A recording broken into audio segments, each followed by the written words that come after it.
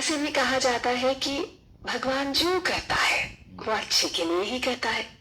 इसलिए श्री कृष्ण पर पूरे विश्वास के साथ हमें दुख और डर से बाहर आना चाहिए।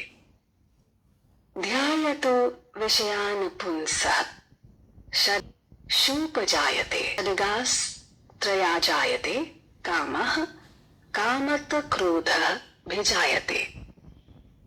8 साल का रोहन अपने माता पिता के साथ बाजार घूमने जाता है।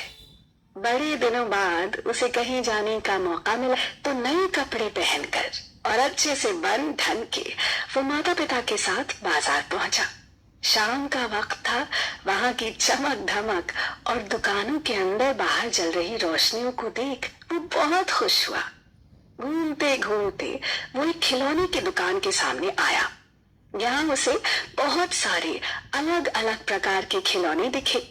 कईयों को तो उसने पहले कभी देखा ही नहीं था। बस फिर क्या था, जल्द ही उसे स्पाइडरमैन वाला एक खिलौना पसंद आ गया और उसने अपने पिताजी से उसे दिलाने को कहा। उसके पिताजी ने जब खिलौने की कीमत देखी तो उसकी कीमत कुछ ज्यादा ही थी, जो उनके बजट से बाहर थी। लेकिन रोहन को तो वो बस जैसे तैसे चाहिए था। पिता ने काफी मना किया और उसके बदले कोई दूसरा खिलौना लेने को कहा, पर रोहन नहीं माना। अब उसे गुस्सा आ गया और वो यहाँ वहां अपने हाथ पैर पटकने लगा। रोहन बुरी तरह जिद करने लगा और इतना ही नहीं, गुस्से में उसने दुकान में पड़ा एक खिलौना भी तोड़ दिया। वैसे गुस्सा तो बड़े छोटे किसी को भी आ जाता है।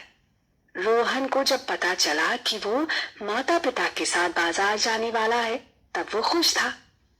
बाजार के लिए तैयार होते समय भी वो खुश था, बाजार पहुंचकर भी वो खुश था और खिलौने की दुकान तक पहुंचने तक भी वो खुश था। अपना पसंदीदा स्पाइडरमैन वाला खिलौना देखकर भी वो खुश हुआ। पर जैसे ही उसके पिताजी ने खिलौना दिलाने से मना किया, वो तुरंत दुखी हो गया। ऐसे ही जब हमारी कोई भौतिक मांग पूरी नहीं होती है तब हमें गुस्सा आ जाता है। गुस्सा आने के कई और कारण भी हैं, पर हमें गुस्सा आता ही क्यों है? तो इस श्लोक में भगवान श्री कृष्ण अर्जुन को उत्तर देते हैं कि जब हम बार बार किसी चीज के बारे में सोच